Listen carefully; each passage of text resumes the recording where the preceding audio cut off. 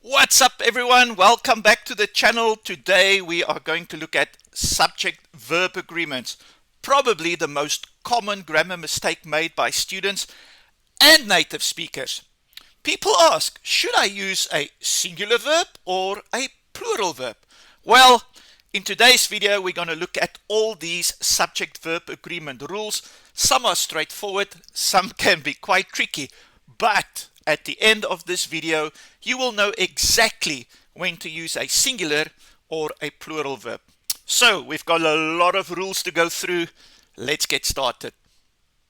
The basic rule says that a singular subject takes a singular verb and a plural subject takes a plural verb. So yeah, this is very straightforward. I think most people understand this. If we look at some examples, he is playing tennis, he is singular, so our verb is singular, and they are going to the beach, of course they is plural, so our verb is plural. So very straightforward, easy to understand, but you know, this is the English language. There are always exceptions to the rules, and this one is no different. And the exception to the basic rule states that the first person pronoun I takes a plural verb.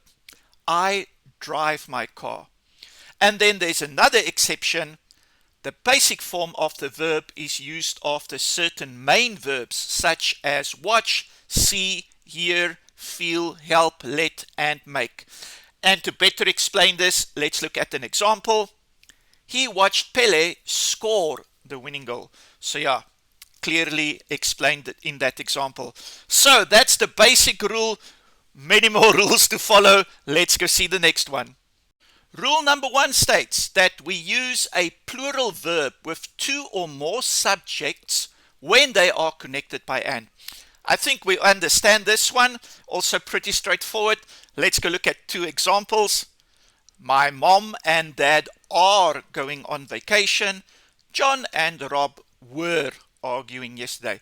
So yeah, pretty easy to understand, but for this one we also have an exception to the rule, and the exception states that we use a singular verb with compound nouns as it expresses a singular subject or idea. So remember that, compound nouns. Let's go look at examples to better explain it. Fish and chips is my favorite meal.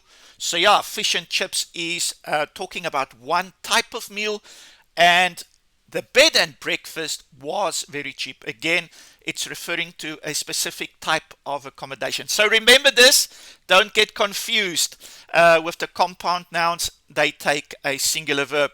Let's move on to the next rule. Rule 2 states that the true subject is before a phrase beginning with of. And the word of is the culprit in most subject-verb agreement mistakes. So I want you to listen very carefully to this one, because this is definitely the most common subject-verb agreement mistake that people make. They maybe choose the plural verb instead of the singular verb. Let's go look at an example. Hasty writers, speakers, readers, and listeners might miss this all too common mistake. A bouquet of roses lend color to the room. So what happened here?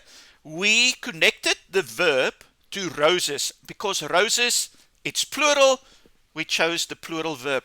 And this is the common mistake. So many people make this mistake. Not just learners, but also native speakers quite often get this wrong.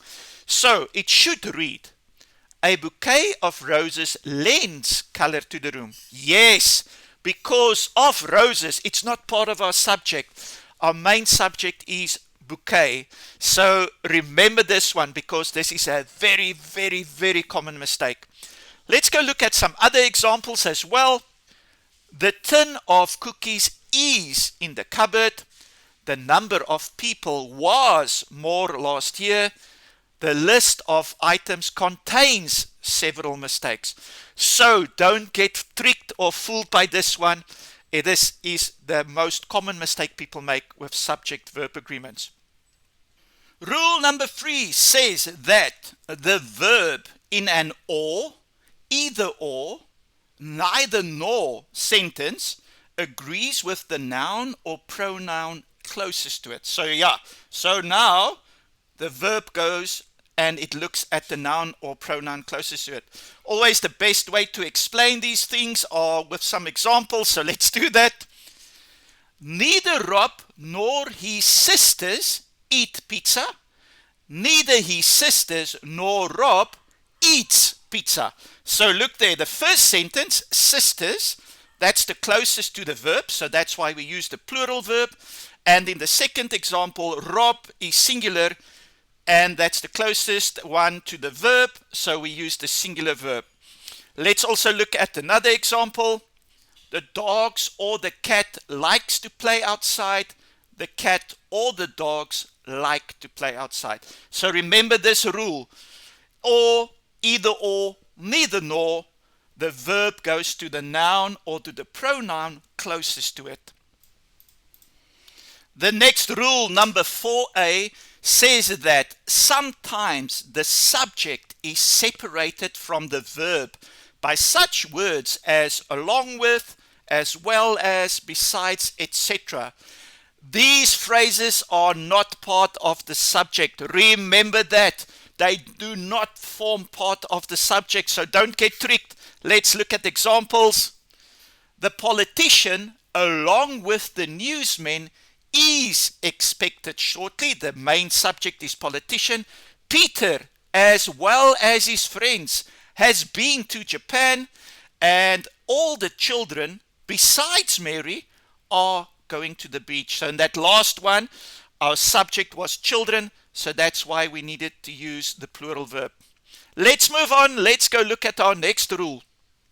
Parentheses are not part of the subject. So yeah, so when it's in brackets, we ignore it. It doesn't form part of our subject. Let's go look at a couple of quick examples. Peter and his dog is always welcome. Joe and his sister was at the concert. So yeah, very easy, very straightforward. But let's look at that last example. What if we take away the parenthesis? Then the sentence reads, Joe and his sister were at the concert. So yeah, remember that rule number 1, two subjects combined with and, we need a plural verb. Don't get tricked. Let's move on to our next rule. In sentences beginning with here or there, the true subject follows the verb. And this is the other very, very common grammar mistake students make when a sentence starts with there or here. They often use a singular verb when they should use a plural verb.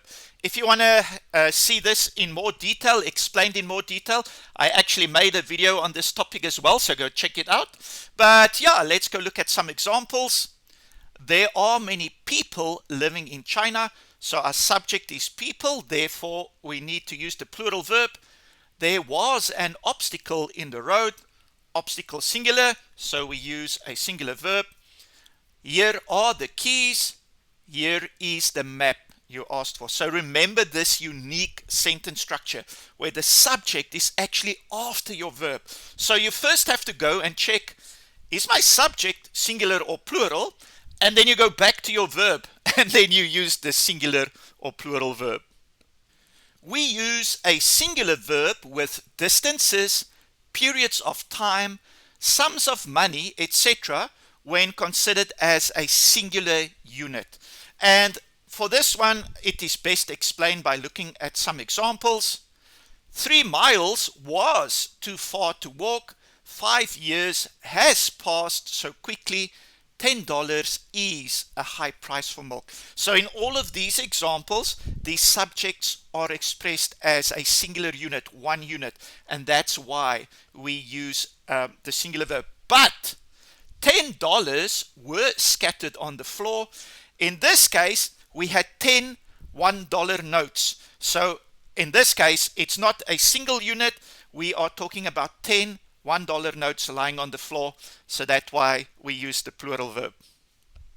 With words that indicate portions, like a lot, some, 50%, a quarter, rule 2 given earlier in this lesson is reversed, and we are guided by the noun after of. So yeah, so now this is a different situation. Now we look at the noun after of. Is it singular or plural? And then, of course, we use a singular or plural verb. But remember, it's only when we use words that indicate portions. Again, best explained by looking at some examples. Most of the pie has been eaten. One pie, so singular. Most of the pies have been eaten. Pies, plural, plural verb. 10% of the city is unemployed. 10% of the people are unemployed. All of the cake is gone. All of the cakes are gone. So remember this one. Don't get confused with rule number 2. Identify the difference. Identify when you are using words that indicate portions. A collective noun can take a singular or plural verb depending on meaning, not form. And some examples of collective nouns, there are so many of them. Team, family, staff, audience, class, crew. So the rule says it can be singular or plural depending on the meaning. So let's go better explain that. Use a singular verb when the group is seen as a single entity. The team is winning. The family has decided to move. And then we use a plural verb when emphasizing the individuals inside the group. The team are arguing among themselves. The family have different opinions. So it's all about the intent or the meaning of the speaker, whether we use a singular or a plural verb. I hope you're all still with me. We've covered a lot of rules. We've got 4 more to go. But if you like this content, please like and subscribe to my channel. That would be great. Let's move on and let's finish up with the last 4 subject-verb agreement rules.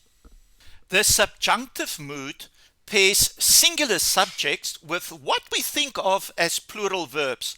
It is used to express things that are hypothetical, wishful, imaginary, or factually contradictory. So another one that's best explained by some examples. Let's go look at that.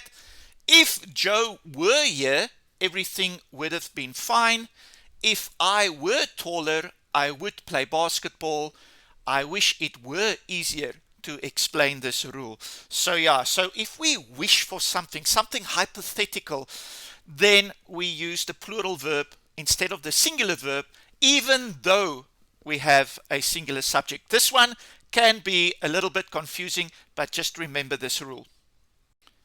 Indefinite pronouns like everyone, nobody, everybody, someone, etc.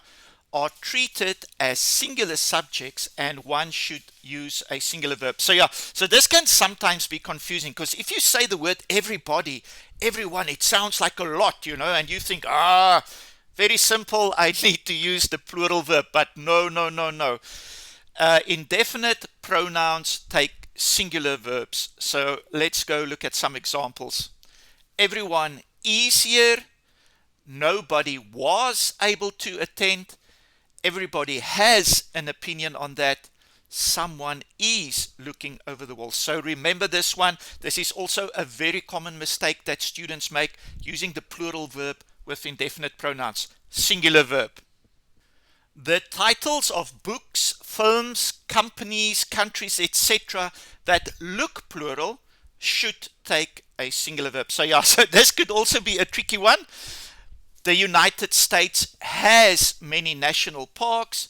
The Beatles was a famous band from the UK. Bad Boys is an action movie from 1995. So not a difficult one to remember. Just pay attention. If it's a title of a book, a name of a country, etc., singular verb. We've reached the last subject-verb agreement rule of this video, and it states that uncountable nouns always take a singular verb. Remember that. In other grammar situations, always we use singular verbs with uncountable nouns.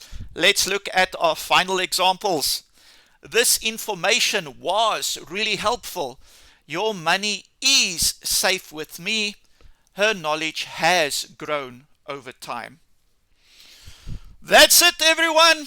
That's the end of this video. But subject-verb agreement rules: when do we use a singular verb, when do we use a plural verb? This was a long one because there are so many rules to cover. But remember these rules. If you remember these rules, you will have no issue on deciding when to choose the singular or plural verb, and your grammar will be better. As always, everyone, thank you so much for watching, for liking, for subscribing. We'll see each other in the next video. Bye-bye.